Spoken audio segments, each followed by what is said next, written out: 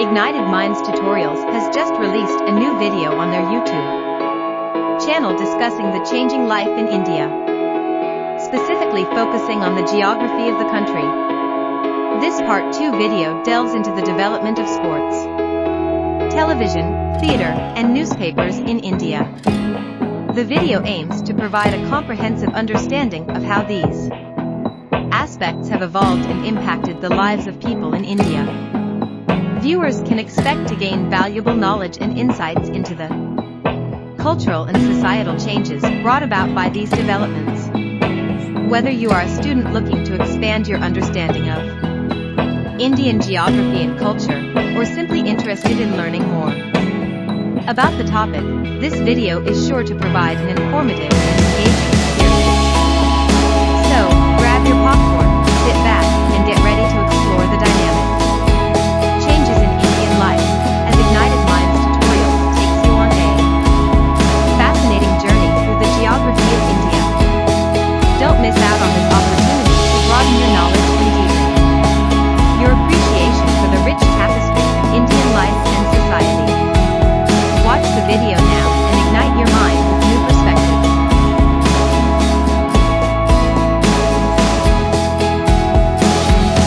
Okay, people will start with the next chapter, that is changing life 2.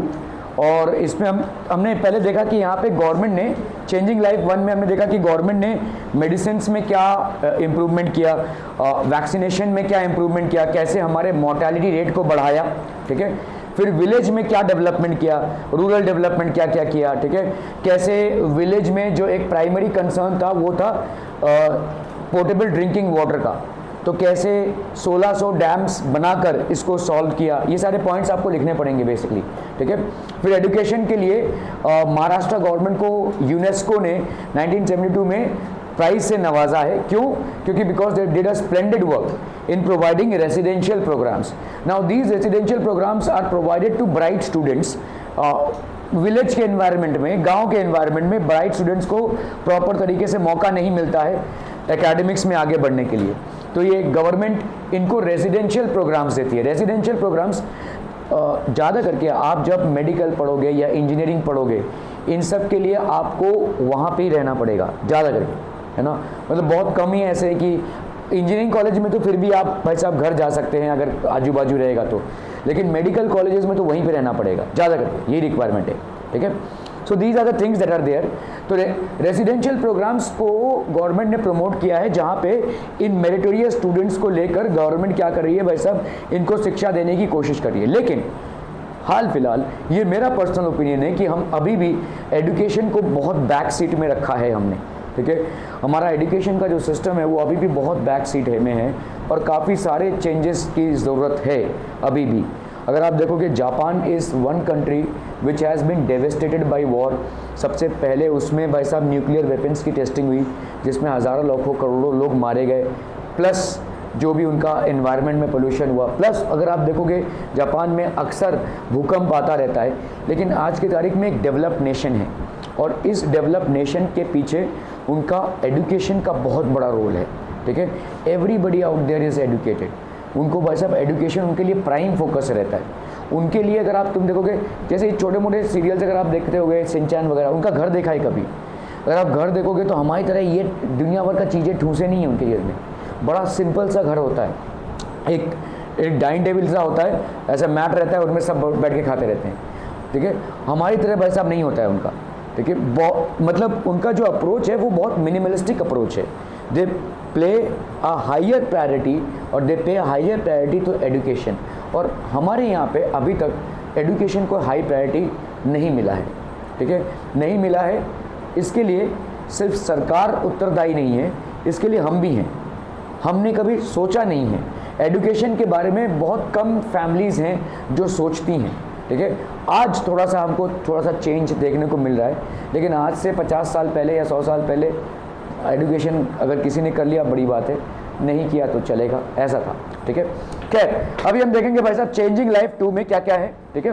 Okay, so language, sports, theatre and films, in newspapers, television, इन सब fields में क्या क्या changes आए हैं, ठीक है। लैंग्वेज, नाउ अगर आप देखोगे इंडिया में इतने सारे लैंग्वेजेस बोले जाते हैं, Hindi, Assamese, Bengali, Gujarati, Kannada, Kashmiri, Malayalam, Marathi, Oriya, Punjabi, Sanskrit, Tamil, Telugu, Urdu, Konkani, Manipuri, Nepali and Sindhi are the official languages.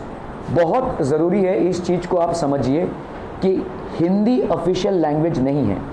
मैंने बहुत बार लोगों को एक्सपेंशन ऑफ आइडिया में या आर्टिकल राइटिंग में ऐसे लिखते देखा है, हिंदी हमारी मातृभाषा है। नहीं है, इंडिया का कोई ऑफिशियल लैंग्वेज नहीं है, ठीक है। क्योंकि हमारा जो देश का स्टेट्स में विभाजन हुआ है, विभाजन ना बोले हम अगर देश को देखेंगे, we have basically formed states, और ये स्टेट्स का जो फॉर्मेशन हुआ है उसके पीछे लॉजिक क्या है, लिंग्विस्टिक डिवीजन है। कास्ट वाइज डिवीजन नहीं है, या जातिवाद का कोई डिवीजन नहीं है, या रिलीजन का कोई डिवीजन नहीं है। It is only on linguistic divisions. मतलब महाराष्ट्र में देखा गया मराठी लोगों का क्राउड बहुत ज़्यादा है, इसलिए महाराष्ट्र। गुजरात में मतलब गुजराती लोगों का क्राउड ज़्यादा है, इसलिए वो गुजरात। तो पहले हमने देखा किसको, कि कौन सी भाषा कौन से प्रांत में ज़्यादा बोली जाती है, और उस भाषा के हिसाब से हमने इंडिया में स्टेट्स का निर्माण किया है। The states they are formed on the basis of the linguistic divisions and not any other division. तो इसीलिए हमारे लिए हम बोल नहीं सकते ना भाई साहब कि हिंदी हमारी मातृभाषा है या हिंदी हमारी राष्ट्रभाषा है। मातृभाषा बोल सकते हैं, राष्ट्रभाषा नहीं बोल सकते। मातृभाषा मतलब मदर टंग, ठीक है, लेकिन राष्ट्रभाषा आप नहीं बोल सकते। क्यों? क्योंकि वैसा आपका राष्ट्र जो है उसमें स्टेट्स का निर्माण ही हुआ है लिंग्विस्टिक डिविजन्स में। अभी समझ लो जो तमिलनाडु में रहता है वो नहीं बोलेगा ना कि भाई क्यों हिंदी मेरी राष्ट्रभाषा होगी। तमिलनाडु स्टेट का फॉर्मेशन जो हुआ है वहाँ पे वहाँ की भाषा बोली जाएगी, है ना। खैर, तो these are official languages. Now what do you mean by official languages? Official language मतलब क्या होता है? ऑफिशियल लैंग्वेज मतलब क्या होता है? हाँ, ऑफिस का लैंग्वेज नहीं। ऑफिशियल लैंग्वेज मतलब होता है कि अगर आप किसी भी ऑफिस में, चाहे वो सरकारी हो चाहे वो प्राइवेट, अगर कोई भी एप्लीकेशन दे रहे हैं, कोई भी अर्जी दे रहे हैं, उसको वहाँ की भाषा में दे सकते हैं। इंग्लिश में तो आप डेफिनेटली दे ही सकते हैं, लेकिन वहाँ की प्रचलित भाषा में आप दे सकते हैं। तो जैसे अगर समझिए आप यहाँ पे किसी गवर्नमेंट ऑफिस में जाते हैं और आपको कोई कंप्लेन लिखाना है या आपको किसी चीज़ में कुछ सबमिट करना है, वो आप मराठी में दे सकते हैं, इंग्लिश में भी दे सकते हैं, मराठी में भी दे सकते हैं, ठीक है। तो ये हो गई आपकी official language for state of Maharashtra. ऐसे ही वेस्ट बंगाल के लिए ऑफिशियल लैंग्वेज होगा बंगाली, ठीक है। गुजरात में ऑफिशियल लैंग्वेज होगा गुजराती। क्लियर है people? So these are official languages in India, these are official languages in India. इतने लैंग्वेजेस को प्राथमिकता दी गई। तो मतलब आपका जो ऑफिस का काम है वो इन स्टेट्स में इन भाषाओं में हो सकता है, ठीक है। क्लियर है? Indian languages also have dialects. Dialects मतलब समझते हैं? डायलेक्ट मतलब क्या होता है? लिपि जिसको हम बोलते हैं, ठीक है। बंगाली, जैसे ये सारी लिपि हैं, देखो ये अलग अलग भाई साहब। जैसे ये भारत मतलब लिखा हुआ है, ये आपके हिंदी में लिखा हुआ है, ये इंग्लिश में लिखा हुआ है, ये जैसे आपका देखोगे बंगाली में लिखा हुआ है, बाकी का तुम्हें शायद यहाँ पे कहीं पे गुजराती भी है, ठीक है। ये आपकी डायलेक्ट होती है, दिस बेसिकली कॉल्ड डायलेक्ट, ठीक है। Indian languages also have a dialect. Timely steps should be taken to nurture them as a part of our heritage, ठीक है। तो आपका भाई साहब लैंग्वेज को प्रोत्साहन देने के लिए कुछ स्टेप्स लेने पड़ेंगे और गवर्नमेंट को इनको एनकरेज करना पड़ेगा। क्या ही हो सकते हैं वो स्टेप्स, बताइए? लैंग्वेज रिलेटेड प्रोग्राम्स को प्रोत्साहन देना, ठीक है। कल्चरल प्रोग्राम्स को, या आप देखोगे बहुत सारे कल्चरल प्रोग्राम्स जो मराठियों के लिए होंगे, गवर्नमेंट उनको इंकरेज करेगी, ठीक है। सो दीज आर बेसिकली, तो language timely step should be taken to nurture them as a part of our heritage. हमारे हेरिटेज का, हमारी धरोहर का हिस्सा हैं ये सारे लैंग्वेजेस, ठीक है। और इनको क्योंकि हमने ऑफिशियली रिकग्नाइज किया है, हालांकि बहुत सारे आपके दूसरे लैंग्वेजेस भी हैं जो अभी तक ऑफिशियली रिकग्नाइज नहीं हुए हैं, ठीक है। जैसे मैं आपको एग्जांपल दे रहा हूँ, ठीक है। अभी इस एग्जांपल को कैरी फॉरवर्ड मत कीजिए। मतलब यहाँ पे एकदम महाराष्ट्रियन कल्चर में अगर आप देखो, समझ लो यहाँ पे कोई मराठी बोल रहा है और एकदम मतलब कोई दूर दराज कहीं किसी गांव से कोई आया हुआ है, वो मराठी बोल रहा है, क्या आप रिकग्नाइज कर सकते हैं? रिकग्नाइज कर सकते हैं, है ना, ठीक है। तो मतलब आप बता सकते हैं कि ये उस जगह का है, ठीक है, ये उस प्रांत को बिलोंग करते हैं। ऐसे ही हमारे हिंदी में भी है। देखो, अगर हिंदी आपका कोई यूपी का इंसान बोल रहा होगा, कोई बंगाली बोल रहा होगा, कोई तमिलियन बोल रहा होगा, आप रिकग्नाइज कर सकते हैं, है ना, ठीक है। तो कभी कभी भाषाओं में थोड़ा चेंजेस आ जाता है। जैसे मैं अगर आपको बोलूँ कि ये जो मराठी में हम मतलब हिंदी में हम यहाँ पे महाराष्ट्र में बोलते हैं बरोबर, ये बरोबर मतलब मुझे आज तक नहीं समझ में, लेकिन हिंदी का वर्ड नहीं है ये, ठीक है। बरोबर मतलब आपने समझ लो कोई सीमेंटिंग का काम किया और उसको वैसा प्लेन कर दिया, मतलब बरोबर, इसको हमारे से बोलते हैं। लेकिन यहाँ पे हम बहुत कॉमनली बोलते हैं बरोबर, बरोबर बोला, है ना, आप ऐसा देखेंगे, ठीक है। सो ये कुछ चेंजेस आ जाते हैं बोलती भाषा में, चलती भाषा में, ठीक है। So timely steps should be taken to nurture them as a part of our heritage. तो इसीलिए अगर कोई लेख लिख रहा है, कोई कविता लिख रहा है, कोई कल्चरल फेस्टिवल हो रहा है जो लैंग्वेज के ओरिएंटेड है, तो उसमें स्टेप्स लेने पड़ते हैं। जैसे एक स्टेप जो रिसेंटली महाराष्ट्र गवर्नमेंट ने लिया है वो ये है, पहले तो स्टेट बोर्ड में मराठी तो पहले से ही था, लेकिन अभी सीबीएसई वालों को भी, जो सीबीएसई बोर्ड के हैं, उनको भी मराठी कंपलसरी हो गया है। They have to take Marathi as a compulsory subject because they are staying in Maharashtra, ठीक है। तो अगर आप महाराष्ट्र में से पढ़ाई कर रहे हैं और सीबीएसई बोर्ड से कर रहे हैं, you will have to take Marathi as a language, ठीक है। तो ये आपका क्या है, एक स्टेप है, ठीक है। और अगर आप देखोगे महाराष्ट्र बोर्ड का जो मराठी बुक है वही सीबीएसई में चलता है, समझ में आ रही है। सीबीएसई ने कोई अलग से अपना मराठी बुक नहीं दिया हुआ है, महाराष्ट्र बोर्ड में, आपके बोर्ड में जो मराठी बुक है वही उनको चलता है। तो ये जो बोर्ड का करिकुलम है, ये क्या है, ये लैंग्वेज को प्रमोट कर रहे हैं ना, क्योंकि आप महाराष्ट्र में हैं तो मराठी लैंग्वेज को आप प्रमोट करेंगे भाई साहब, ठीक है। सो ये इस पार्ट में आता है। Hindi has reached everywhere through the medium of Hindi movies. हाँ, सबसे ज़्यादा बोली जाने वाली भाषा हमारे भारत में अभी भी हिंदी है, ठीक है। It's still Hindi. English language has been gaining ground due to the process of globalization. अभी ग्लोबलाइजेशन के चलते भाई साहब आप एक दूसरे से कनेक्ट होते हैं by the medium of English language as a whole, ठीक है। तो इंग्लिश लैंग्वेज अभी धीरे धीरे प्राथमिकता पा रही है, ठीक है। English opens the doors to multiple job opportunities. आपको बहुत सारे जॉब अपॉर्चुनिटीज़ मिलते हैं इंग्लिश में, ठीक है, इंग्लिश के डेवलपमेंट में। Indians are at the forefront in learning English. Indians ने इंग्लिश को बहुत अच्छे से लर्न किया है और बहुत आगे भी बढ़ रहे हैं इसके लिए। जापान में एक प्रॉब्लम है कि वो लोग इंग्लिश पढ़ते नहीं हैं, बहुत कम ही इंग्लिश वो अपनी भाषा में ही करते हैं, and they are proud of their language, ठीक है। हम इंग्लिश को भी नहीं ठीक से पढ़ पा रहे हैं और हिंदी को भी नहीं, खैर जो भी है, बट ग्लोबली आज की तारीख में इंग्लिश एक बहुत इंपॉर्टेंट लैंग्वेज उभरता जा रहा है, क्योंकि आप लोगों से कनेक्ट कर सकते हैं। आज की तारीख में भाई साहब कोई भी अगर आप बिजनेस डालते हैं ना, तो लोगों के माइंड में ये है कि क्या मैं इसको एक्सपैंड करके इसके प्रोडक्ट्स और सर्विसेज देश के बाहर तक पहुँचा सकता हूँ। कल को आप भी कोई स्टार्टअप डालोगे तो यही सोचोगे, ठीक है, क्योंकि ग्लोबलाइजेशन का दौर है। क्या मेरे प्रोडक्ट्स सिर्फ इंडिया में ही बिकेंगे या मेरे सर्विसेज जो है वो इंडिया में ही वैलिड होंगे, या क्या पॉसिबिलिटी है कि मैं इंडिया के बाहर भी जाऊँ इन गुड्स और सर्विसेज को लेकर, ठीक है।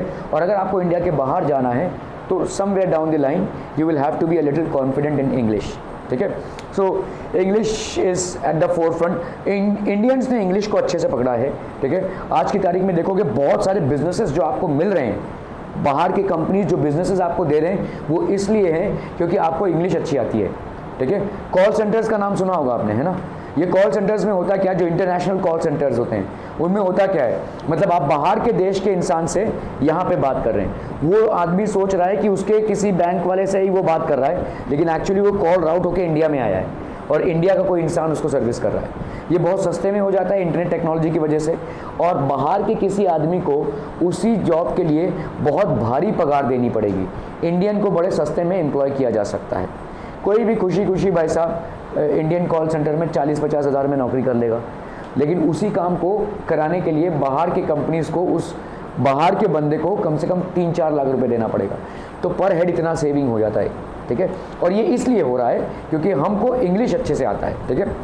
हमने इंग्लिश को अच्छे से सीखा है और इंग्लिश को बोलना भी हमने, मतलब हम इंग्लिश बोलते हैं with an accent and we can remove that accent as well, ठीक है। आप भाई साहब अमेरिकन की तरह भी इंग्लिश बोलते हुए लोगों को सुनेंगे।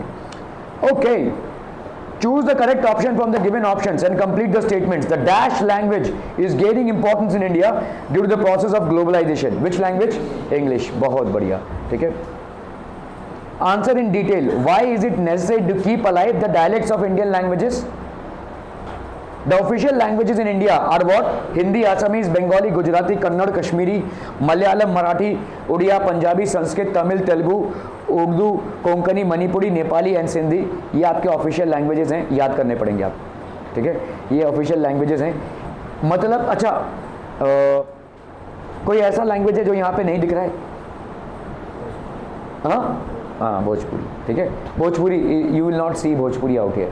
हालांकि भोजपुरी बोलने वाले लोग हैं, लेकिन उसको ऑफिशियल लैंग्वेज का रिकग्निशन अभी तक नहीं मिला है, जो भी रीज़न हो, दैट इज़ नॉट। तो ऐसे बहुत सारे ऐसे भी लैंग्वेज हैं जो मतलब बॉर्डर पे बोले जाते हैं या अलग तरीके से बोले जाते हैं, ठीक है, तो वो लैंग्वेजेस को यहाँ पे ऑफिशियल आप बोल सकते हैं उनको, लेकिन उसमें आप एप्लीकेशंस या सरकारी कामकाज नहीं कर सकते। समझ में आ रहा है ये? ठीक है, ओके। ऑल दीज, तो ऐसा नहीं है कि भाई साहब आप रहते हैं आसाम में और आसाम में कोई सरकारी काम के लिए आप मराठी लैंग्वेज यूज़ कर रहे हैं, उनको क्या समझ में आएगा? ऐसा नहीं कर सकते आप, ठीक है। उस स्टेट में सरकारी कामकाज के लिए आप उस पर्टिकुलर लैंग्वेज को यूज़ कर सकते हैं, तो that is what you mean by official language. India still doesn't have a national language, कोई राष्ट्रभाषा नहीं है हमारी, ठीक है। All these languages have dialects, however the number is now on the decline। धीरे धीरे थोड़ा डिक्लाइन होता जा रहा है, क्योंकि लोगों का अभी इंग्लिश की तरफ झुकाव ज़्यादा है और भाषा को लेकर मतलब लोगों का अभी उतना, देखिए एक टाइम था जब पोएट्स का ज़माना था, राइटर्स का ज़माना था। आज की तारीख में भाई साहब रील्स का ज़माना है, ठीक है, जैसा चल रहा है वैसा ही चल रहा है भाई साहब, है ना। क्रिएटिविटी आप कहाँ दिखाते हैं? रील्स में, और कोई वीडियो बनाकर या कोई टिकटॉक का ऐड बना, ये सब चल रहा है भाई साहब। आई एम नॉट फॉर और अगेंस्ट, लेकिन मैं बोल रहा हूँ क्रिएटिविटी का जो रूपांतरण हुआ है, मतलब पहले क्रिएटिविटी होती थी, आपने कोई अच्छी कविता लिखी या अच्छा कोई लेख लिखा या अच्छा कोई स्टोरी लिखा, आज की तारीख में ये सब में चल रहा है। तो धीरे धीरे भाषा पे जो जोर था या भाषा पे हमारा जो काम चल रहा था वो धीरे धीरे अभी डिक्लाइनिंग मोड में है। So not much is happening on the language front for all these languages. हाँ, भाषा का हम प्रयोग ज़्यादा करके सरकारी कामकाज के लिए करते हैं, भाषा का हम प्रयोग ऑफिशियल लैंग्वेजेस के लिए करेंगे, लेकिन not for the development. Due to globalization, the English language is gaining importance in India. Learning English helps in getting job opportunities, and hence more and more Indians are learning English. तो English से भाई साहब impression बनता है, plus आपकी connectivity बढ़ती है, you are able to connect to people, ठीक है। So that is one thing. So hence ये एक अभी सबके लिए एक इंग्लिश को पढ़ना एक प्रोत्साहनदायक मामला है, ठीक है। This process may result in endangering the existence of regional languages। ये रीजनल लैंग्वेजेस धीरे धीरे लुप्त प्राय होते जा रहे हैं। इंग्लिश का इंपॉर्टेंस इतना बढ़ता जा रहा है कि रीजनल लैंग्वेजेस धीरे धीरे लुप्त प्राय होते जा रहे हैं। As regional languages and dialects are a vital part of Indian culture, timely measures must be taken to nurture them and keep them alive, ठीक है। तो ये जो जितने भी आपके रीजनल लैंग्वेजेस हैं और डायलेक्ट्स हैं, ठीक है, are a vital part of Indian culture, ये इंडियन कल्चर के एक वाइटल पार्ट है, ठीक है। All these regional languages and dialects they are a vital part of Indian culture, timely measures must be taken to nurture them and keep them alive. तो आपको timely measure लेना पड़ेगा, ठीक है, to nurture them as well as to keep them alive, ठीक है। Are we clear on this one people? बहुत बढ़िया बढ़िया बढ़िया। स्पोर्ट्स, तो ये था लैंग्वेज का मामला कि भाई अगर आप लैंग्वेज को प्रोत्साहन नहीं देंगे, अगर लैंग्वेज को कल्चर नहीं करेंगे तो वो डाई आउट हो जाएगा, क्योंकि लुप्त प्राय होता जा रहा है। लोगों का झुकाव और टेंडेंसी ज़्यादा आज की तरफ इंग्लिश की तरफ है। मेरे पास कितने ही पेरेंट्स आते हैं और बोलते हैं कि बच्चे इंग्लिश नहीं बोल रहे हैं। हाँ सही है, बट इतनी भी जल्दी ड्रास्टिक चेंज नहीं आ सकता, लेकिन लोगों का झुकाव अभी है टू लर्न इंग्लिश, और and hence development of regional languages is basically taking a back seat. This is going to happen. Okay, only few selected games are known to people. Although our national game is hockey, but do we see people actually playing hockey the way we see people playing cricket? Obviously no, ठीक है। Cricket हमारा national game नहीं है, national game हमारा hockey है, but we hardly see the youth crowd actually after hockey. कितने ही आपने हॉकी क्लब्स देखे होंगे? हार्डली। क्रिकेट एकेडमी देखो भरा पड़ा हुआ है वैसा, नेट लगा के वैसा क्रिकेट खेल रहे हैं। खैर, some sportsman change the situation and try to enhance the status of both the sports and of themselves, ठीक है। तो बिलियर्ड्स, हमारे एक बहुत बड़े प्लेयर हुआ करते थे गीत सेठी बोल के, और इन्होंने बिलियर्ड्स में ओलंपिक लेवल की चैंपियनशिप्स जीती हैं, ठीक है, वर्ल्ड लेवल की चैंपियनशिप्स, ठीक है। Geet Sethi achieved global excellence in snooker. Snooker is basically a variation of billiards. तो इनका नाम गीत सेठी था and he world championship level पे, वर्ल्ड कप लेवल पे इन्होंने जीता है, ठीक है. We hardly know about him. At the age of 15, he won the national championship of billiards for teenagers. He won national and international championships. He won amateur billiards competition thrice and the professional one 5 times. International level पे इन्होंने बहुत सारे ऐसे matches जीते हैं. We don't know about him, but Geet Sethi happens to be one of the prominent names in billiards or snooker. Snooker is basically a variation of billiards. ठीक है. Cricket, इसके क्या कहने भाई साहब. Okay. In 1983, first time India basically one the world cup. ठीक है. तो 1983 में वर्ल्ड कप जीता और तभी हमारे कैप्टन थे Kapil Dev. Okay. Sunil Gavaskar broke the earlier record of maximum centuries in test cricket. ठीक है. In 1985 India won the Benson and Hedges world cup championship of cricket. उस टाइम पे रवि शास्त्री कैप्टन थे. ठीक है. Cricket came to be played in all states to a lesser or a greater extent. तो सारे states में और सारे प्रांतों में अगर आप देखोगे क्रिकेट बड़े पैमाने पे खेला जाता है. ठीक है. Few movies were also produced around the theme of cricket. काफ़ी सारे मूवीज भी प्रोड्यूस हुई हैं. Olympics, India has been participating in Asiad and Olympic games. हालांकि बहुत ज़्यादा सफलता हमको अभी तक नहीं मिली है. नीरज चोपड़ा का नाम आया है, he has won a gold medal, और भी कुछ लोगों का नाम आया है, जैसे Abhinav Bindra, basically he was a shooter and he also won a gold. But बहुत बड़े पैमाने पे हमने अभी तक ओलंपिक्स में बहुत नाम नहीं कमाया. ओलंपिक्स में क्रिकेट नहीं है वैसे. ठीक है. Okay. In 2000 Karnam Malleswari won a medal for weight lifting, first Indian women to won a medal. Olympics में 3 मेडल्स होते हैं आपके, गोल्ड, सिल्वर एंड ब्रॉन्ज. ये 3 मेडल्स होते हैं. तो इन तीनों में से कोई एक आप जीतते हैं तो आपके इंडिया का नाम रोशन होता है. ठीक है. India's representation began to rise in various Olympic games such as hockey, badminton, tennis, swimming, weight lifting and archery. इन सब तमाम गेम्स में इंडिया का नाम बढ़ता रहा. ठीक है. Okay. Choose the correct option from the given options and complete the statements. India won the cricket world cup under the captainship of Kapil Dev. और दूसरा वर्ल्ड कप, हाँ, MS धोनी. ठीक है. First world cup India won under the captainship of Kapil Dev. Okay. दूसरा world cup जीता था MS Dhoni की captaincy में. In 1983 dash broke earlier record of maximum centuries in test cricket, that was Sunil Gavaskar. ठीक है. That was Sunil Gavaskar.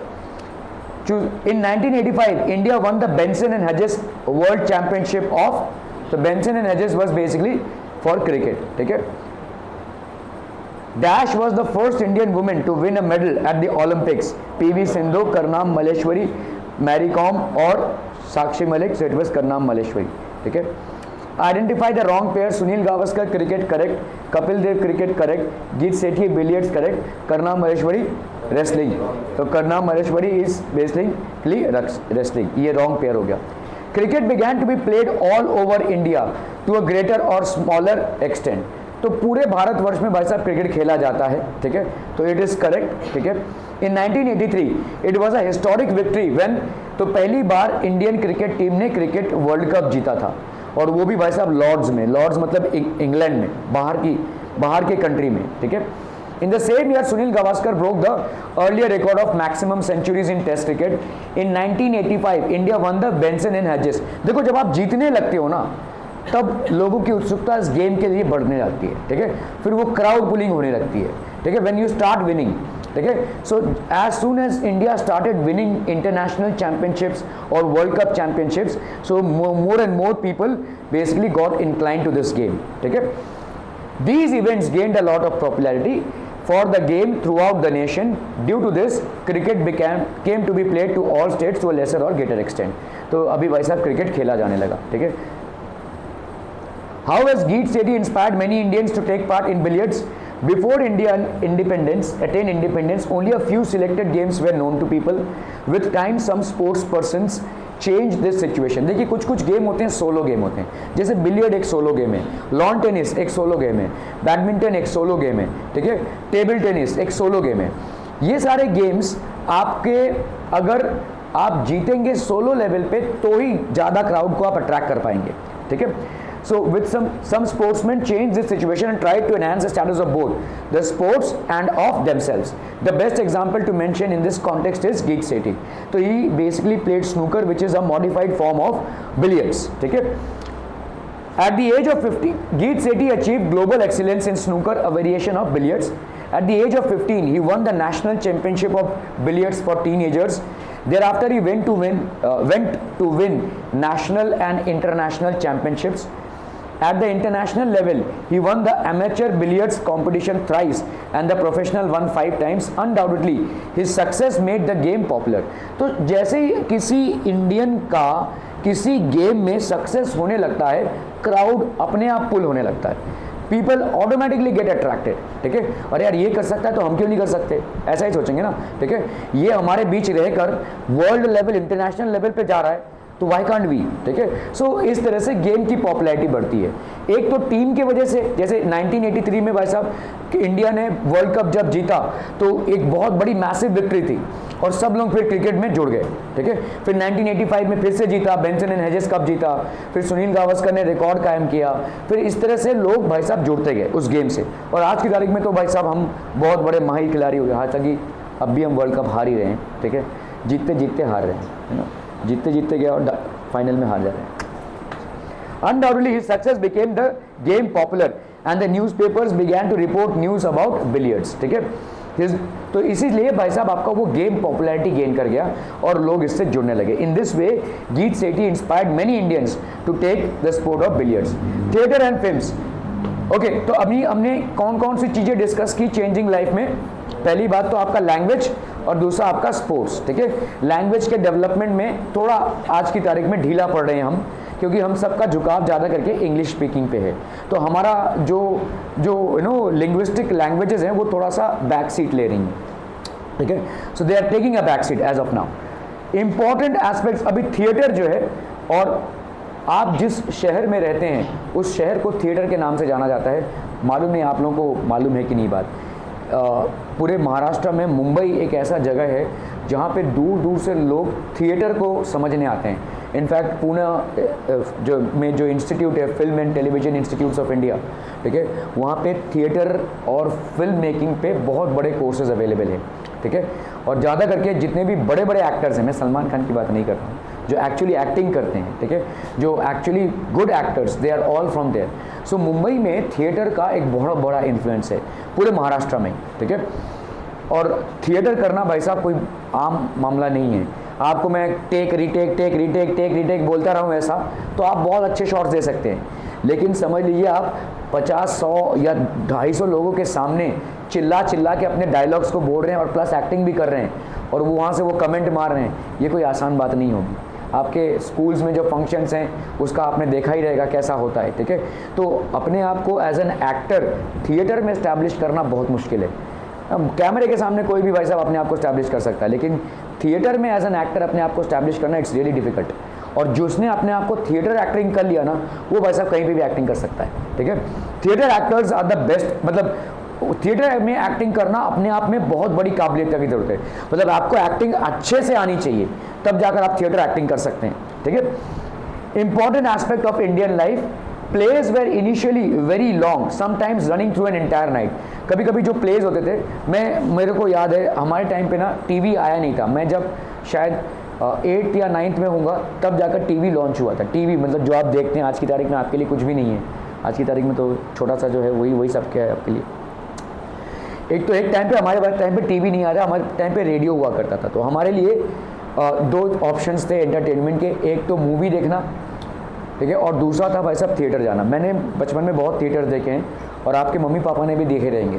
ठीक है, उनसे अगर आप पूछेंगे तो उनके लिए वही पूरी फैमिली जाती थी भाई साहब एंटरटेनमेंट के लिए थिएटर्स देखना. और कभी कभी ये थिएटर्स पूरी रात भर चलते थे.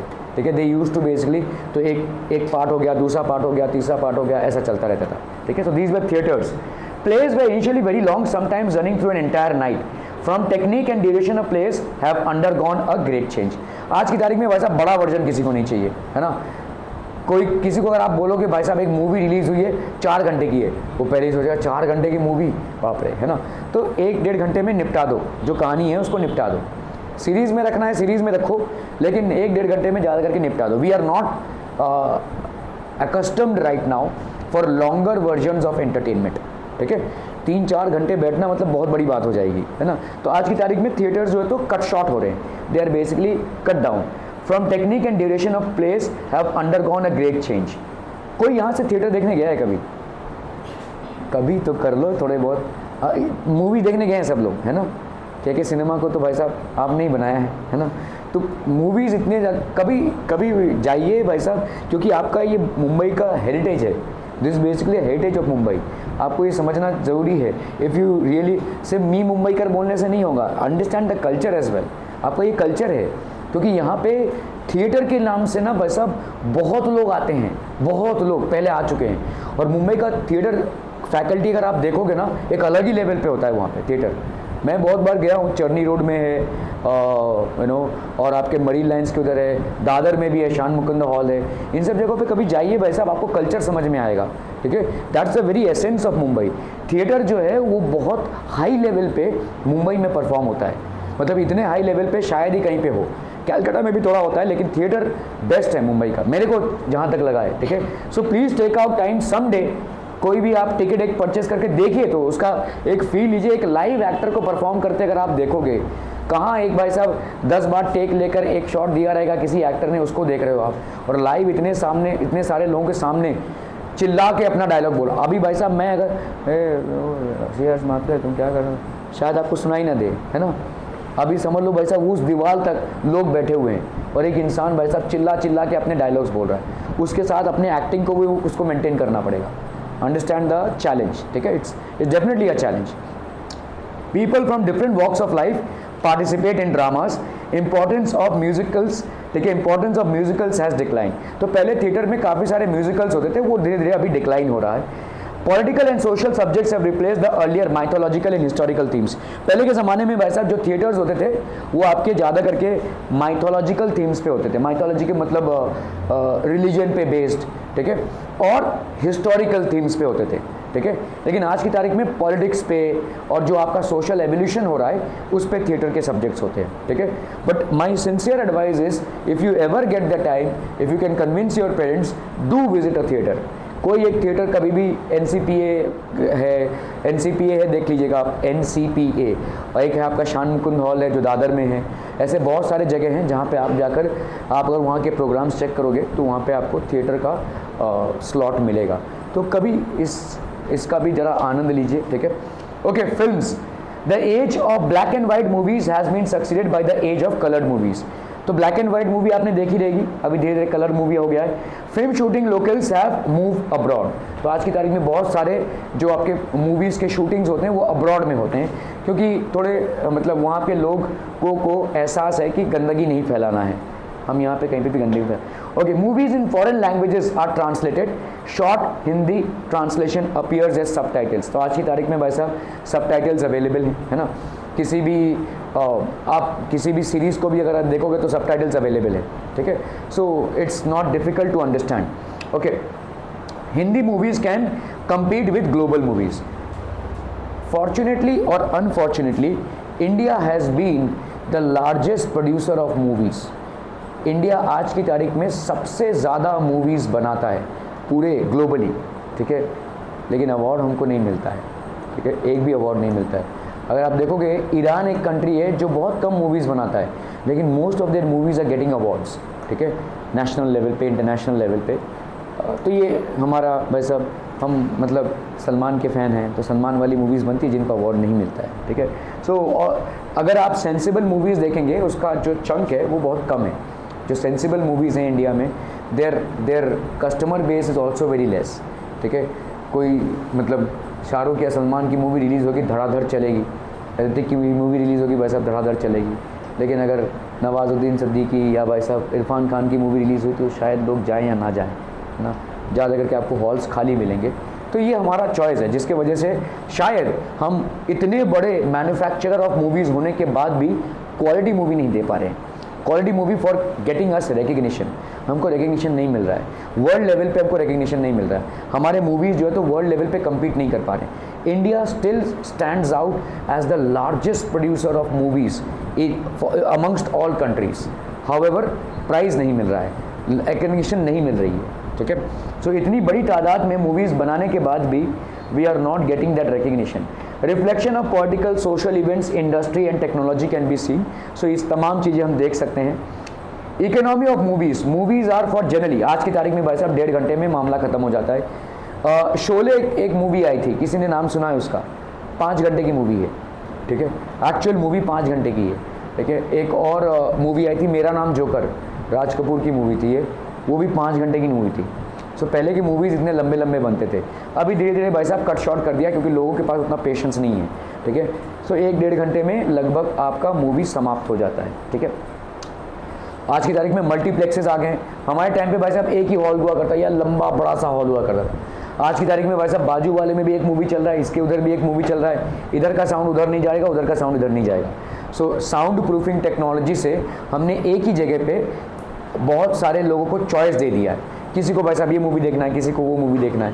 पहले के ज़माने में क्या होता था, एक हॉल यहाँ पे है उसमें ये मूवी लगी है, दूसरा हॉल वहाँ पे है उसमें दूसरा मूवी लगा है, ठीक है। लेकिन आज की तारीख में मल्टीप्लेक्सेस में आप एक ही मूवी 4 में चला सकते हो या अलग अलग मूवी 4 में चला सकते हो।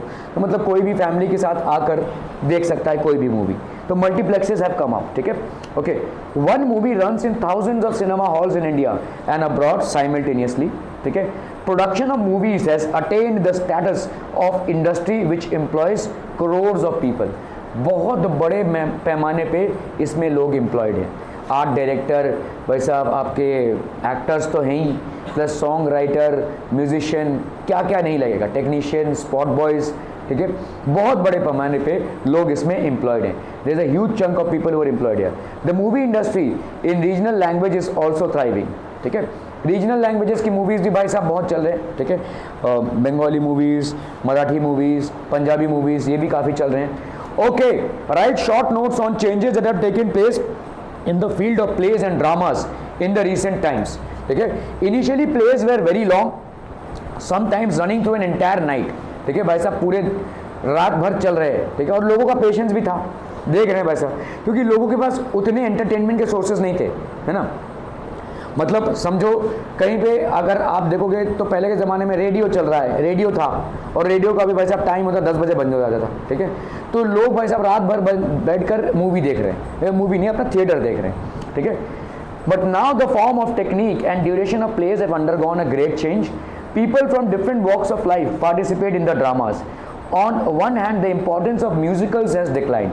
म्यूजिकल्स मतलब क्या होते थे, मतलब जैसे ना एक गीत चल रहा है, एक कोई लोकगीत चल रहा है म्यूजिकल में, ठीक है, और वही आपका भाई साहब प्ले हो गया, ठीक है। On the other hand the political and social subjects have replace the earlier mythological and historical themes. तो ये भाई साहब अभी रिप्लेस हो चुका है, ठीक है। तो आज की तारीख में पॉलिटिकल्स सब्जेक्ट्स पे थिएटर्स बनते हैं, सोशल सब्जेक्ट्स पे थिएटर्स बनते हैं, and they have replace the earlier mythological और historical themes. Okay, the economy of movies is changing. The age of black and white movies has been succeeded by the age of colored movies. With this, film shooting locales have moved abroad and hence viewers can now watch different exotic places of foreign countries. तो भाई साहब बाहर जाते हैं हम movie बनाने के लिए क्योंकि वहाँ पे सीन्स अच्छे हैं, वहाँ पे भाई साहब साफ़ सफाई ज़्यादा है, ठीक है।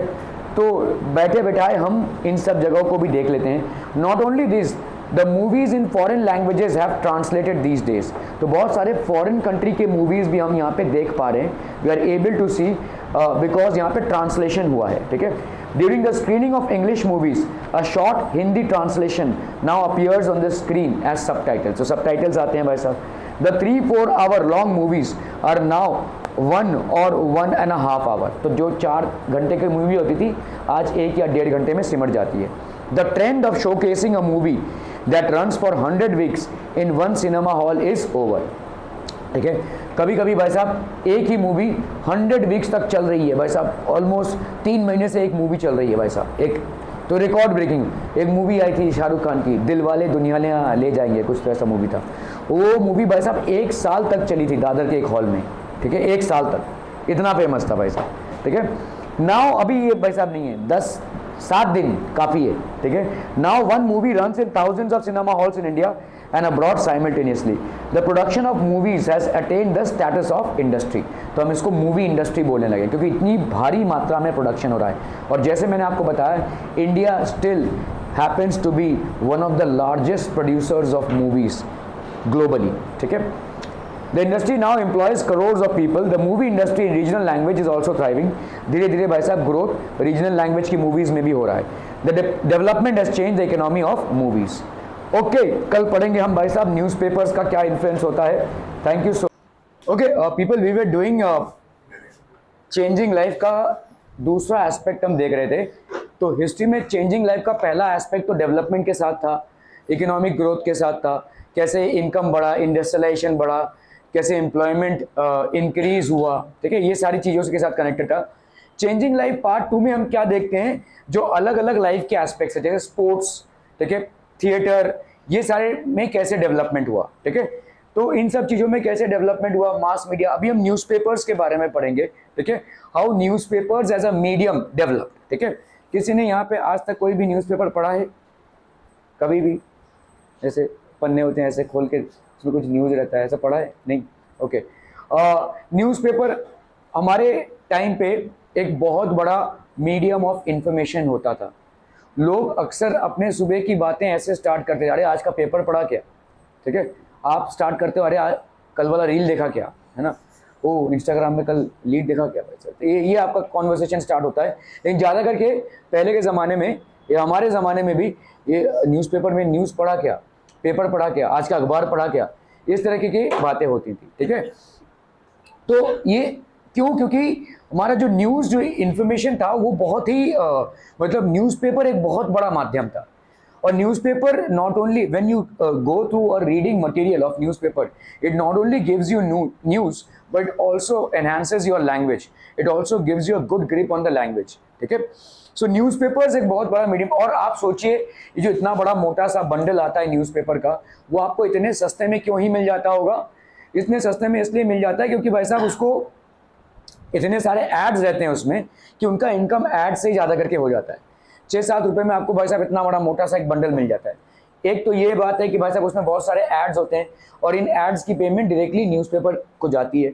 दूसरा क्या है भाई साहब, आपका न्यूज़पेपर का जो पेपर है वो रिसाइकल्ड पेपर से बना रहता है, तो इसीलिए उसका मतलब कॉस्ट कम रहता है. जैसे अगर आप देखोगे एनसीईआरटी के जो बुक्स हैं वो रिसाइकल्ड पेपर से बनी हुई हैं. ठीक है, और इसीलिए इनको शायद इच्छा नहीं होती है पढ़ने के लिए. लेकिन हाँ, ये मैं मान सकता हूँ कि भाई उधर प्रिंटिंग का जो मटेरियल है वो थोड़ा सा ख़राब है या पेपर क्वालिटी ख़राब है, लेकिन जो उसमें मसाला है वो बहुत अच्छा है. ठीक है, जो लेकिन लोगों का वही, अरे यार क्या है फालतू. लेकिन अगर आप देखोगे एनसीईआरटी की जो बुक्स हैं वो काफ़ी सस्ती होती हैं. ठीक है, लोगों का ज़्यादा करके ध्यान जाता है भाई साहब ये फैंसी जो आपके बुक्स होते हैं, जो रेफरेंस बुक्स होते हैं. रेफरेंस बुक्स में ख़राबी नहीं है, लेकिन रेफरेंस बुक्स बहुत ज़्यादा कॉस्टली होते हैं. कॉस्टली होने का 2 रीज़न है, एक तो बहुत मोटे मोटे होते हैं और दूसरा भाई साहब उनके पेपर बड़े फैंसी होते हैं, कलर्ड फोटोग्राफ्स रहते हैं, तो लोगों का ध्यान उन पे ज़्यादा जाता है, विजुअल मीडियम पे ज़्यादा जाता है. लेकिन एनसीईआरटी से ही ये सब बने हुए हैं. एनसीईआरटी के जो 10-15 सवाल होते हैं उनको अगर आप कर लेंगे तो कभी आपको इन सब चीज़ों की ज़रूरत पड़ेगी नहीं. एकदम ये खरा सत्य है भाई साहब को, ये मैं नहीं बोलता हूँ. अगर आपने एनसीईआरटी सच में किया रहेगा तो आप भी इस चीज़ को महसूस या एहसास कर पाएंगे. खैर, we are talking about recycled medium of paper. Recycle medium of paper से आपके न्यूज़पेपर्स बनते हैं और इन न्यूज़पेपर्स की वजह से काफ़ी सारा इन्फॉर्मेशन सर्कुलेट होता है. हालांकि आज की तारीख में ये एक धीरे धीरे इसकी अहमियत कम होती जा रही है. प्रोडक्शन या बेसिकली जो इन्फॉर्मेशन पहुंचाने का जो जरिया था ये धीरे धीरे कम होता जा रहा है. क्यों? क्योंकि लोगों का डिपेंडेंस जो है दूसरी चीज़ों पे ज़्यादा जा रहा है. ठीक है, we are more dependent on other things than on newspapers. हमको इन्फॉर्मेशन हम तक पहुँच ही जाती है. ठीक है, so newspapers is one thing out there. ठीक है, colour printing has become common. तो कलर प्रिंटिंग आज की तारीख में, पहले हमारे टाइम पे ब्लैक एंड व्हाइट न्यूज़पेपर्स होते थे, फिर धीरे धीरे कलर प्रिंटिंग मोड आया. ठीक है, earlier newspapers were thought to be the mouth pieces of a taluka और अ डिस्ट्रिक्ट. ठीक है, now there competition is with the state level newspaper chains. ठीक है, newspapers have now become, and किसी का भाई साहब टूंग टांग बज रहा है, बंद कीजिए जरा. Newspapers have now become an inseparable part of our lifes. तो हमारा भाई साहब ये एक इनसेपरेबल पार्ट हो चुका है.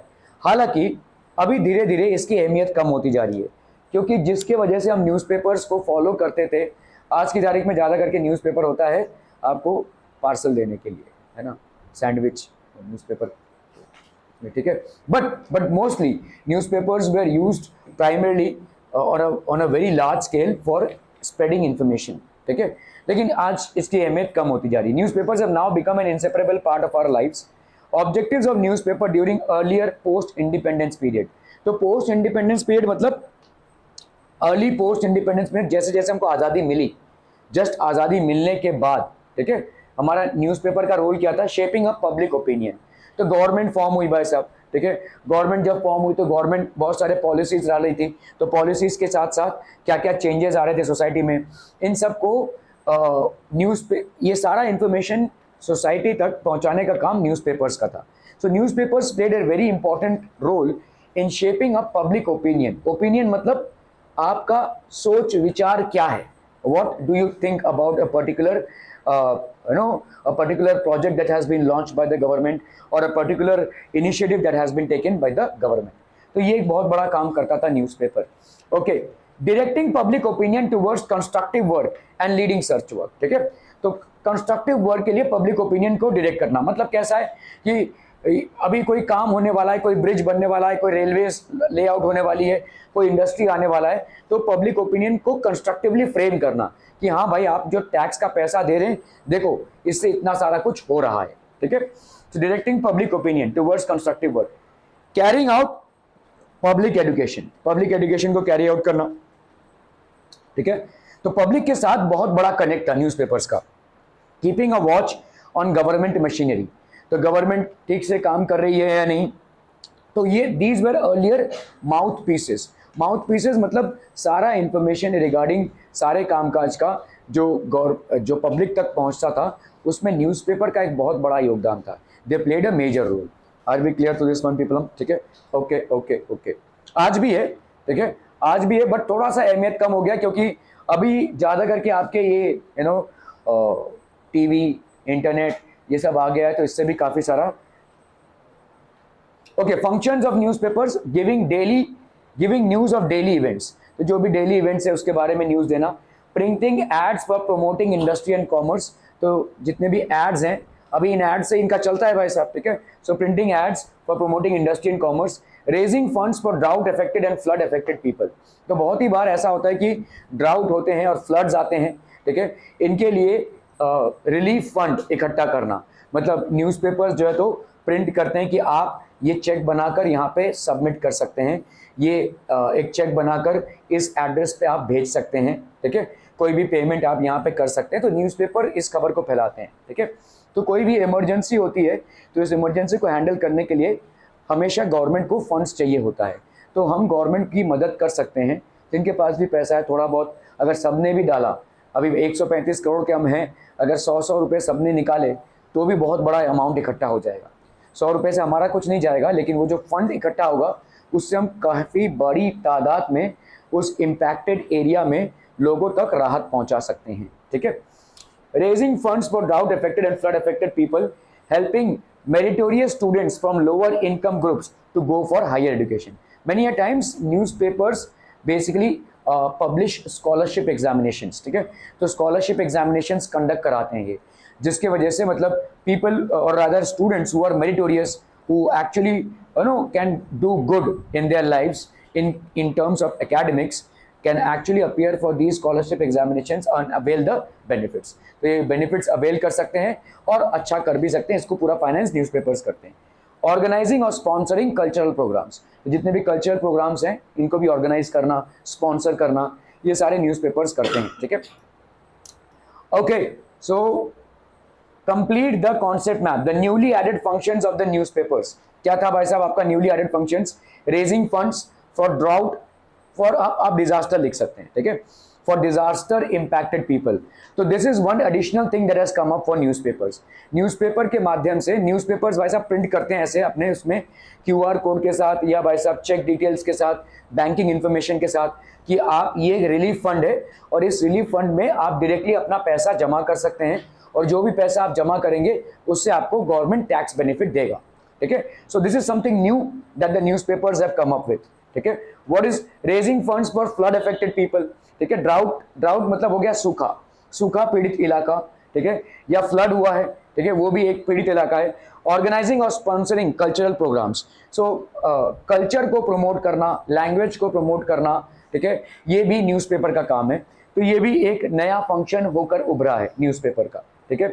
Helping meritorious students from lower income groups for higher education, तो जो भी मेहनत कश बच्चे हैं, ठीक है, bright students, the newspapers basically help them to get better opportunities in life in terms of higher education by organizing various scholarship schemes and examinations in which they can appear and claim these scholarships and do well in their lives.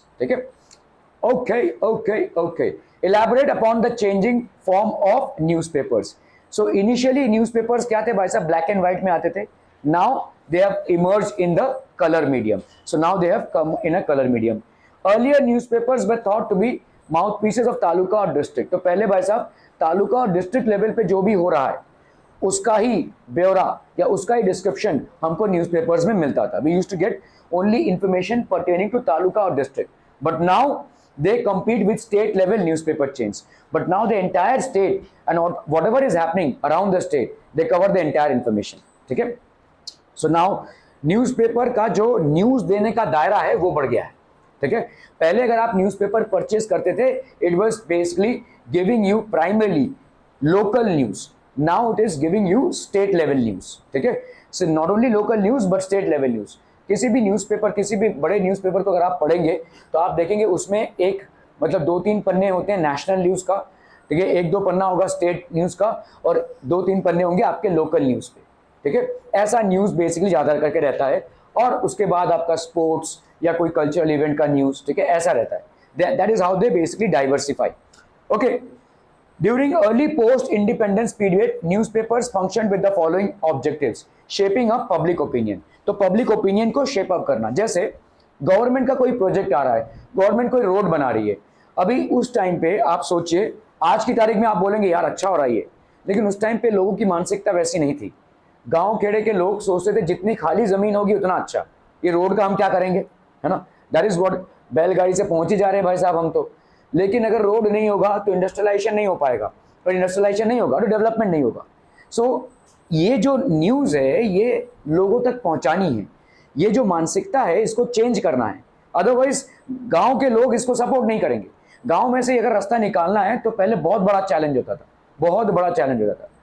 मैं आपको example दे रहा हूँ, मेरे पापा railways में थे और engineer थे. तो एक बार एक गाँव में यूपी में वो रेलवे लेआउट के लिए सिर्फ मतलब इंजीनियर्स लोग जाते हैं ना, पहले पूरा देखते हैं कहाँ से निकालना है इसको रेलवे लाइन को. सिर्फ वहाँ पे गए और करीब 10-15 लोगों ने बंदूक लेके घेर लिया, ऐसे बड़े बड़े राइफल लेके, वो ऐसे 2 नाली बंदूक होती है ना वैसा. नहीं हम यहाँ से नहीं निकलने देंगे, नहीं यहाँ से रेलवेज नहीं निकलेगा. क्यों नहीं निकलेगा? अब बहुत पोल्यूशन नहीं, बहुत आवाज़ होगा, हमारा ये हमारा ज़मीन है. बोले आपकी ज़मीन नहीं है, ये सरकारी, मतलब ये नो मैंस लैंड है, ये किसी की भी ज़मीन नहीं है. नहीं हम यहाँ पे इतने दिन से रह रहे हैं, हमारी ज़मीन है. सो ऐसे ऑब्स्ट्रक्शंस होते हैं. तो रोड्स और रेलवेज़ का लेआउट आज आपको बड़ा मक्खन वाला कार्यक्रम दिखता होगा, लेकिन इतना आसान नहीं है. ठीक है. स्पेशली गांव खेड़े इलाकों में लोगों को लगता है पूरा चप्पा चप्पा उनका ही है. ठीक है. Nobody can actually introduce there. ठीक है. So it's not. तो इस तरीके की चीज़ों को ओवरकम करने के लिए लोगों में जागरूकता फैलाना बहुत ज़रूरी है, और न्यूज़पेपर जागरूकता का एक बहुत बड़ा मीडियम था. That is how it was. ठीक है. So shaping up public opinion, directing public opinion towards constructive work and leading such work. ठीक है. तो कंस्ट्रक्टिव वर्क के लिए पब्लिक ओपिनियन फ्रेम करना. आप अगर कंस्ट्रक्टिव वर्क के खिलाफ होंगे तो गवर्नमेंट कितना भी कोशिश कर ले, अगर पब्लिक के खिलाफ होगी तो वहां पे डेवलपमेंट नहीं कर सकती. ठीक है. Government can not develop out there. So जितना भी हम कोशिश कर ले, अगर लोग उसके खिलाफ होंगे तो आप कहाँ से ही रोड और रेलवेज और बसेस निकालेंगे वहाँ पे. ठीक है. So that was how it is. मैं यहाँ पे किसी बात पे कमेंट नहीं कर रहा हूँ, बट आज से कुछ सालों पहले कामोटे में रिक्शे वालों ने स्ट्राइक किया था क्योंकि बस चालू हुआ था. ठीक है. आप सबको मालूम होगा इस इंसिडेंट के बारे में. अभी उसका क्या हुआ क्या नहीं हुआ, that is not my topic of discussion. But what I want to tell you here is कि सबका ही एक मुद्दा होता है. ठीक है. सब लोग डेवलपमेंट को एक अलग एंगल से देखते हैं. तो मतलब किसी के लिए गांव की ज़मीन बस गांव की ज़मीन रहे, ठीक है, वहाँ पे हम खेती बाड़ी करें, अपना भाई साहब फंक्शन करें, यही काफ़ी है. लेकिन किसी के लिए भाई साहब वहाँ पे रोड जाना ज़रूरी है. ठीक है. वहाँ पे इंडस्ट्रियलाइजेशन होना ज़रूरी है, फैक्ट्रीज़ का लगना ज़रूरी है ताकि डेवलपमेंट हो सके.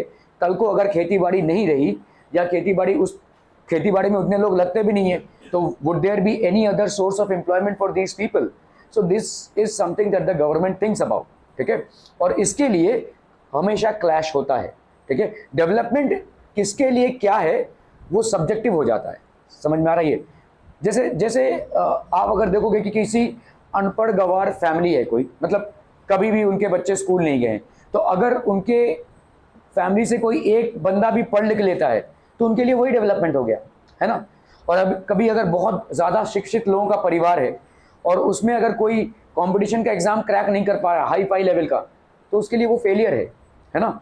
सो this is how it is कि मतलब हमारे इंडिविजुअल फैमिलीज के हिसाब से और इंडिविजुअल इंसान के हिसाब से हम डेवलपमेंट के बारे में सोचते हैं, ठीक है।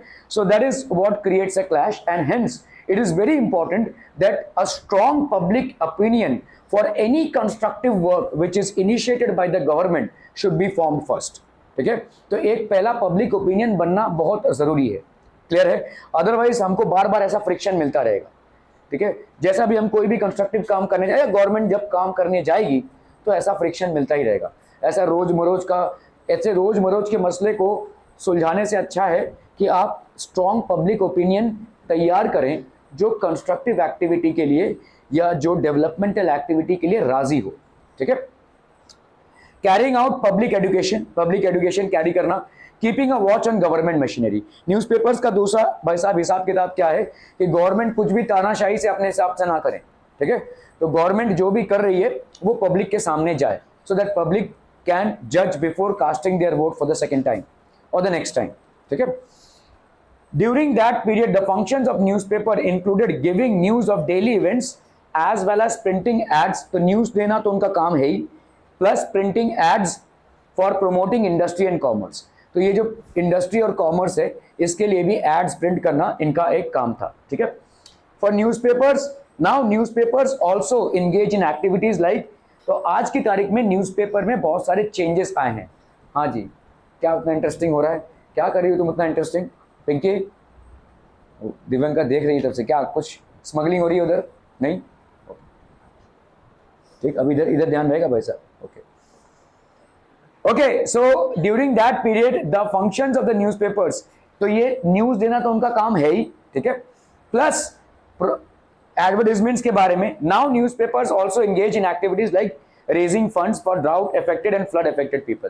कहीं पे इमरजेंसी हुई है, ड्राउट हुआ है, फ्लड हुआ है, सुनामी हुआ है, अर्थक्वेक हुआ है, ऐसे जगहों के लिए प्राइम मिनिस्टर रिलीफ फंड के द्वारा ज़्यादा से ज़्यादा पैसा लोगों से एडवर्टाइज करके बताना, ताकि लोग पैसा जमा कर सके, ताकि ताबड़तोड़ गवर्नमेंट वहाँ पे रिलीफ पहुँचा सके, ठीक है। So that is also one thing.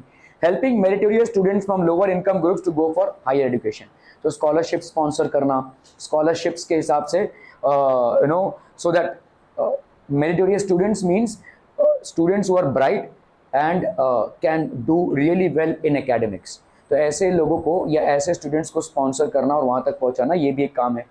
Organising और स्पॉन्सरिंग कल्चरल प्रोग्राम्स, तो कल्चरल प्रोग्राम्स को स्पॉन्सर करना, ऑर्गेनाइज करना, ये सारे न्यूज़पेपर्स के काम है। Today newspapers are an inseparable part of our lifes, आज की तारीख में भाई साहब हमसे एकदम मतलब इनसेपरेबल पार्ट हो चुके हैं, ठीक है।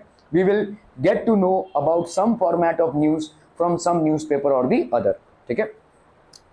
ओके ओके ओके, अभी हमने भाई साहब थिएटर डिस्कस किया है, we have discussed about sports, we have discussed about newspapers. Now we will switch on to the other medium which is television, which happens to be one of the biggest mediums of today, ठीक है। Okay, television में भाई साहब introduce during the post independence period, तो पहले हमारा black and white TV आया था। किसी ने ब्लैक एंड व्हाइट टीवी देखा है क्या भाई साहब? नहीं, टीवी मतलब पिक्चर नहीं, एक्चुअल टीवी, ठीक है। सो पहले ब्लैक एंड व्हाइट टीवी हुआ करता था, पहले पिक्चर ट्यूब नहीं था। तो मतलब मैंने देखा है जब ये टीवी लॉन्च हुआ था हमारे मोहल्ले में, जब पहली बार किसी ने टीवी खरीदा था तो ब्लैक एंड व्हाइट टीवी था। तो उस बंदे ने क्या किया, एक पैसे नहीं कहाँ से कलर्ड स्क्रीन लेकर आया और उसको लगा दिया। वो कलर्ड स्क्रीन से अजीब ही दिखता था, मतलब उसने सोचा कि ये कलर इफेक्ट आएगा। खैर, तो कुछ दिनों बाद फिर से कलर टीवी लॉन्च हो गया। So black and white TV was the one which was introduced first, ठीक है। और टीवी भाई साहब तब पूरा दिन नहीं चलता था, एक ही चैनल हुआ करता था जिसका नाम था दूरदर्शन, आज भी है, ठीक है।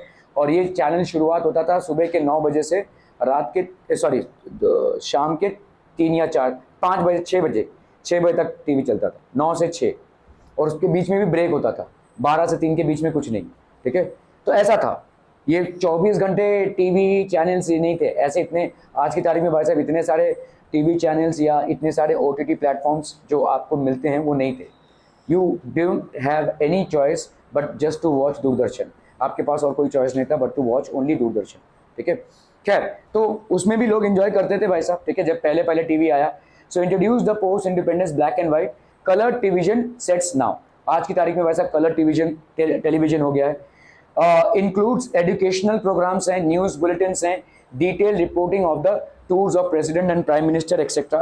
तो अगर आप देखोगे न्यूज़ चैनल्स का अलग सेगमेंट है आज की तारीख में, एंटरटेनमेंट का अलग सेगमेंट है, मूवीज़ का अलग सेगमेंट है। So different channels are showing different things, ठीक है। Telecast of Ramayan and Mahabharat proved popularity. ये दोनों, ये कोरोना के टाइम पे फिर से रीटेलीकास्ट हुआ था, पता नहीं कितने लोगों ने देखा था। जब कोरोना का टाइम था तो हमारे ज़माने में रामायण और महाभारत स्टार्ट हुआ था, तो पहले रामायण हुआ था, उसके बाद महाभारत। और ये दोनों भी सीरियल्स इतने पॉपुलर हुए थे कि मतलब सुबह के संडे को आता था एक ही दिन, कुछ 9, साढ़े 9 से 10:30 बजे तक 1 घंटा होता था ये प्रोग्राम। और उस टाइम पे भाई साहब आपको रास्ते में कोई नहीं मिलेगा, people were so engrossed to watch this, सब लोग भाई साहब मिलकर देखते थे इसको, क्योंकि उस टाइम पे उतने सारे सीरियल्स नहीं हुआ करते थे। और मतलब जैसा है वैसा ही दिखाया जाता था चीज़ों को, न्यूज़ भी जैसा है वैसा ही था, आज की तारीख के वहाँ वहाँ वहाँ वहाँ नहीं था, ठीक है। तो मतलब वॉट एवर इट वॉज, बड़े सिंपल तरीके से प्रेजेंटेशन था। तो ये रामायण और महाभारत उस टाइम का अगर आप देखेंगे और आज की तारीख में जो बने हैं उसमें ज़मीन आसमान का फ़र्क है, ठीक है। तो ये रामायण और महाभारत बहुत ज़्यादा पॉपुलर हुआ, जिसके वजह से और ज़्यादा लोगों ने टीवी लिया, ठीक है। The price of TVs increase basically. In 1991 CNN channel broadcasted a live visual reporting of the Iraq war to the entire world. तो एक घटना घटी थी जब US और इराक में वॉर हुआ था, ठीक है। तो किसी ने वो मूवी देखी है क्या अक्षय कुमार की, airlift? Has anybody seen this? Okay, airlift अगर कहीं पे भी आ रहा होगा तो आप देख सकते हैं उसको। उसमें बेसिकली सिनेरियो है क्या हुआ था। तो एक कंट्री थी कुवैत, ठीक है, अब कंट्री थी नहीं है अभी भी, ठीक है। तो this country Kuwait is actually besides Iraq, तो इराक के बाजू में ही है ये, ठीक है। Iraq is also a Middle East country और कुवैत। तो सारे Middle East countries basically are primarily engaged in selling oil, ठीक है। तो इनका एक एसोसिएशन है, इनके एसोसिएशन के हिसाब से ऑयल का जो प्राइस ये फिक्स करते हैं, हर एक कंट्री उसी प्राइस से उसी बैरल को बेचेगी। बैरल्स होते हैं ऑयल के, ठीक है, तो वही प्राइस फिक्स हो जाता है। अगर किसी कंट्री ने अचानक में प्राइस कम कर दिया तो सारे कंट्रीज उससे ऑयल लेंगे, ऑयल तो भाई साहब सबको चाहिए, है ना। तो सारा बिजनेस उसी को डाइवर्ट हो जाएगा। तो ऐसा ही कुछ हुआ, ठीक है। कुवैत ने सारे थोड़े से अपना ऑयल प्राइस ड्रॉप किया और इराक के साथ पहले से ही थोड़ा सा कुवैत का क्लैश था, ठीक है। तो इन्होंने जैसे ये किया तो रातों रात इराक ने कुवैत पे हमला कर दिया। और इराक के तभी प्रेसिडेंट थे भाई साहब सद्दाम हुसैन, ठीक है। He was basically the president of Iraq. और जब कुवैत पे ऐसा कब्जा कर लिया, आपको उस मूवी में दिखेगा कैसे रातों रात मतलब लोग घुस गए कुवैत में और धनाधन सबको मतलब एक सरपा कर दिया। और उस टाइम पे इंडियन गवर्नमेंट ने वहाँ से कुछ बहुत सारे लोगों को डीपोर्ट बैक कराया था इंडिया में, ठीक है। तो वॉर टोन एरिया हो गया था। तो अमेरिका ने बोला कि भाई, अमेरिका ने टाइम दे दिया कि हम 1 हफ्ते का टाइम देते हैं, आप अपने ट्रूप्स विड्रॉ कीजिए, नहीं तो वॉर चालू होगा, वी विल अटैक, ठीक है। और इराक ने ट्रूप्स विड्रॉ नहीं किया और वॉर हुआ। तो अमेरिका और इराक के बीच ये वॉर हुआ कुवैत को लेकर, ठीक है। और जब ये वॉर हो रहा था तो पहली बार, ठीक है, ये लाइव CNN बेसिकली एक चैनल है और एक बहुत बड़ा चैनल है, बेसिकली न्यूज़ चैनल है, और इसने पूरे वॉर का लाइव ब्रॉडकास्टिंग किया था, ठीक है। बहुत मुश्किल है ऐसा करना, चारों तरफ बमबारी हो रही है भाई साहब, गोलियां चल रही है, मिसाइल्स आगे जा रहे हैं, उसमें उन्होंने इस पूरे वॉर का लाइव टेलीकास्ट पूरे वर्ल्ड को दिखाया था, ठीक है, कैसे बॉम्ब्स गिर रहे हैं, मिसाइल्स चल रही हैं। तो that was the first time an attempt was made to give a proper description. उसके बाद तो हमारे इंडिया में भी जब कारगिल का वॉर हुआ था तो उसको भी लाइव दिखाया गया था, ठीक है। So these are the things that had happened. तो सिर्फ एडवर्टीजमेंट या एंटरटेनमेंट प्रोग्राम से नहीं, बहुत सारे एजुकेशनल चैनल्स भी लॉन्च किए गए। एक हमारे टाइम पे एक प्रोग्राम आता था जो गवर्नमेंट ने लॉन्च किया था, जिसको हम कृषि दर्शन बोलते हैं। कृषि दर्शन मतलब एक ऐसा चैनल है जिसमें किसानों को हाइब्रिड सीड्स के बारे में नॉलेज देना, ड्रिप इरिगेशन के बारे में नॉलेज देना, इम्प्रूव मैकेनाइज्ड फार्मिंग के बारे में नॉलेज देना, ये सब डिस्कस होता था। ठीक है, सो अलग अलग तरीके से टेलीविजन हमारे लिए बहुत एक इंपॉर्टेंट रिसोर्स बनता गया। ठीक है, इन 1998 स्टार, सब लोग जानते ही हैं भाई साहब, star satellite television in Asia region entered India, और इन्होंने भाई साहब पूरा क्योंकि सास भी कभी बहुत से लेकर पता नहीं क्या क्या सीरियल्स लॉन्च किए इन्होंने। And the monotonous and propagandist news telecast of the early period change totally. तो भाई साहब ये घुस गए और इन्होंने स्पोर्ट्स को, अलग अलग सीरियल्स को, न्यूज़ चैनल्स को, अलग अलग चीज़ों को भाई साहब इन्होंने टेलीकास्ट किया। ठीक है, सो पहले क्या था भाई साहब, monotonous and propagandist news telecast था। मतलब मोनोटोनस था, मतलब एक तरफा न्यूज़ था। ठीक है, और प्रोपेगेंडा वाला न्यूज़ था, इसको इन्होंने चेंज किया। ठीक है, language, technique of presentation, studios with the latest technology and the use of OB vans have expanded the scope of Indian TV channels. OB vans मतलब कैसा होता है, आपने देखा ये ट्रॉली रहती है और ट्रॉली ऐसे कैमरा ऐसे जाता रहता है। ठीक है, तो उसका पूरा लाइव टेलीकास्ट हो रहा है, आपके न्यूज़ चैनल्स जो है वो लाइव टेलीकास्ट करते हैं। ठीक है, OB vans have expanded the scope of Indian TV channels। तो काफ़ी सारा भाई साहब आपका स्कोप बढ़ चुका है इंडियन टीवी चैनल्स का। TV connects each and every region creating an impact on politics. तो टीवी भाई साहब हर एक रीजन को कनेक्ट करता है इंडिया में। ठीक है, it connects each and every region. Okay, choose the correct option from the given options and complete the statements. In 1991 CNN channel showed the live visual reporting of the Kargil, Iraq, world, Vietnam. So it was Iraq war. पहली बार किसी war को live दिखाया गया। ठीक है, इसके पहले मतलब हम सुनते थे या रिपोर्ट्स पढ़ते थे, बट वॉर को लाइव रिकॉर्डिंग पहली बार की गई, पूरे वॉर का। ठीक है, CNN चैनल ने इसको दिखाया था। Okay, in 1998 dash a private media house entered India. देखो, इट वाज बेसिकली स्टार। ठीक है, this is star. Okay okay, which changes have taken place in the medium of television. तो टेलीविजन में भाई साहब क्या क्या चेंजेस हुए भाई। Television was introduced in India during the post independence period. तो इंडिपेंडेंस के बाद ही ये आया, एक बार हम इंडिपेंडेंट हो गए। Initially it was black and white, now it is coloured. Earlier it was limited to some selected programmes and fixed time slots. तो कुछ सिलेक्टेड प्रोग्राम से दिखाए जाते थे और टाइम स्लॉट्स बड़े फिक्स्ड हुआ करते थे। Later its scope enlarge to include educational programmes, news bulletins, detail reporting of the tours of the president and the prime minister. Prime minister कहाँ जा रहे हैं, किससे मिल रहे हैं, प्रेसिडेंट, ठीक है, कि कौन कौन से डेलीगेट्स इंडिया आ रहे हैं, कौन कौन से कंट्रीज में प्राइम मिनिस्टर विजिट कर रहे हैं और क्यों कर रहे हैं, इन सबको डिटेलिंग में दिखाने जाने लगा। Telecast of serials like Ramayan and Mahabharat proved the popularity of this medium. In 1991, CNN channel broadcasted a live visual reporting of the Iraq war to the entire world. At this stage, the world of Indian news channels changed completely. अभी धीरे धीरे भाई साहब Indian news channel धीरे धीरे completely change होने लगा। काफ़ी सारे ग्लोबलाइजेशन के चलते बाहर के चैनल्स भी आ गए और आज की तारीख में तो भाई साहब 24/7 चल रहा है। ठीक है, it's a non stop thing. आप कभी भी, तो हम जब टीवी चलाते थे, मतलब समझ लो अगर 9 बजे के पहले मैं टीवी चलाने की कोशिश कर रहा हूँ तो जैसे वायरस की तरह आएगा, मतलब कुछ भी नहीं आएगा, कोई प्रोग्राम ही नहीं है। ठीक है, फिर 9 बजे के बाद प्रोग्राम चालू होगा, दूरदर्शन आएगा, एक ऐसा था, फिर उसके बाद प्रोग्राम्स चालू होंगे और जैसे ही भाई साहब खत्म हो गया तो जैसे आने लगेगा। It was nothing that would be relate. आज की तारीख में ये चीज़ आपको नहीं देखने को मिलती है। ठीक है, ओके।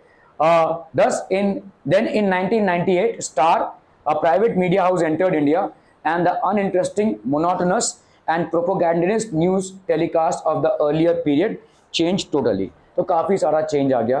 प्रोपोगेंडा वाला जो न्यूज़ होता था, अनइंटरेस्टिंग वाला जो न्यूज़ होता था, ठीक है, पता नहीं यहाँ पे क्यों अनइंटरेस्टिंग लिखा हुआ है, मुझे बहुत इंटरेस्टिंग लगता था क्योंकि जैसा न्यूज़ है वैसा ही प्रस्तुत किया जाता था। आज की तारीख में तो न्यूज़ कम, डिबेट ज़्यादा, लड़ाई झगड़ा ज़्यादा होता है। ठीक है, लेकिन उस टाइम पे ऐसा नहीं था। एक बाकायदा न्यूज़ रीडर आते थे, वो न्यूज़ को पढ़ते थे, जैसा जैसा है वैसा। That person just use to read out the news, Hindi हो या इंग्लिश हो, ठीक है, जैसा था वैसा ही, और जो भी है वो दिखाते थे। ठीक है, लेकिन आज की तारीख में तो कुछ और ही है। खैर, अनइंटरेस्टिंग, थोड़ा सा मोनोटोनस था, यस, ठीक है, बट अगेन प्रोपोगेंडिस्ट बोलना तो थोड़ा सा गलत होगा। प्रोपोगेंडा नहीं था, आज की तारीख में ज़्यादा प्रोपोगेंडा मिलता है। ठीक है, So these were the things that have changed. The language and the technique of presentation, studios equipped with latest technology, and the use of outdoor broadcasting vans have been expanded the scope of Indian TV. तो आपके जो vans होते हैं आपने देखा रहेगा, ऐसे satellite कभी देखा है न्यूज़ चैनल के वैन्स होते हैं, सो ये आउटडोर ब्रॉडकास्टिंग वैन्स होते हैं. और प्लस श्री हर्ष मात्रे, ओबी क्या होता है? ओबी क्या? मेरा ब्याह. सो रहा है तू और फिर क्या?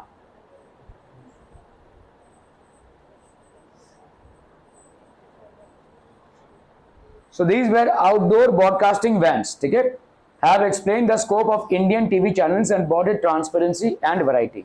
Due to television, each and every region in India is now connected, which had a great impact on politics. All these changes have taken place in the medium of television. तो आपके ऑफिशियल लैंग्वेजेस क्या क्या है भाई साहब? Hindi, Marathi, Assamese. तो there are 18 official languages in India, ठीक है? और इन ऑफिशियल लैंग्वेजेस से आप कॉरेस्पॉन्ड कर सकते हो ऑफिसेज में. Indian languages have dialects due to Hindi movies. Hindi language has reached everywhere due to globalisation. English language has been gaining grounds. Sports में अगर आप देखोगे, बिलियर्ड्स एक ऐसा गेम है जिसकी पॉपुलैरिटी हुई गीत सेठी की वजह से. Achieve global excellence in snooker, a variation of billiards. Cricket, India won the World Cup first time in 1983. Then it won the Benson and Hedges Cup. और उसके बाद तो इंडिया का क्रिकेट में एक मतलब स्ट्रॉन्ग इन्फ्लुएंस हो ही गया, ठीक है? Participation of India in Asian and Olympic games. Karnam Malleswari won the medal for weight lifting in the year 2000. First Indian women to win a medal. Important theatre and films. Theatre का काफी सारा importance हमने देखा. Important aspects of Indian life. The form, technique and duration of plays have all changed. Musicals have now declined in importance. The age of black and white movies has been succeeded by the age of colored movies. Movies in foreign languages are translated. बहुत सारे subtitles के साथ हम बाहर के movies को समझ सकते हैं. Hindi movies can compete with global movies. Development of movies, changing in duration of movies, concept of multiplex etc. हो गया है. The development has changed the economy of movies. Color printing भाई साहब आपका न्यूज़पेपर में एक चेंज है. Newspaper में और दूसरा चेंज क्या है? पहले तो सिर्फ न्यूज़पेपर इंफॉर्मेशन देता था. अभी आज की तारीख में they are raising funds for flood और drought impacted areas as well. They are sponsoring और rather broadcasting scholarships for meritorious students and they are also encouraging cultural programmes, ठीक है? तो अभी तो भाई साहब स्टेट लेवल के साथ newspapers have now become an inseparable part. Objectives तो पहला था सिर्फ पब्लिक ओपिनियन शेप करना, ठीक है, कंस्ट्रक्टिव वर्क के लिए, और फिर गवर्नमेंट मशीनरी पे एक ना रखना. अभी क्या है भाई साहब? अभी now they are also raising funds for drought affected and flood affected people. Meritorious students को हेल्प करना, lower income groups for higher education, organising और स्पॉन्सरिंग कल्चरल प्रोग्राम्स. टेलीविजन भाई साहब they were introduce in India post independence. Again पहले black and white आया था, उसके बाद धीरे धीरे टेलीविजन में. तो अगर टेलीविजन के बारे में लिखना है तो पहला आप लिखेंगे इंडिपेंडेंस के बाद इसको इंट्रोड्यूस किया गया, ठीक है? दूसरा पॉइंट क्या लिखेंगे? ब्लैक एंड व्हाइट मीडियम पहला था हमारा, ठीक है? उसके बाद धीरे धीरे आपका कलर मीडियम हुआ. उसके बाद आपका एक ब्रेकिंग पॉइंट था कि 1991 में CNN ने पूरे इराक वॉर को उसमें दिखाया, ठीक है? फिर रामायण और महाभारत ने इसकी पॉपुलैरिटी बढ़ाई. फिर धीरे धीरे भाई साहब private channels like Star came into India and they started sponsoring programmes. So though television every nook and corner of the country is connected, ठीक है? Factors responsible for expanding the scope of Indian TV channels. Language, the technique of presentation, ठीक है, ये change हुआ है. Studios equipped with the latest technology, the use of outdoor broadcasting, ठीक है? So that completes the chapter of Changing Life Part 2. Tadang, tadang, tadang.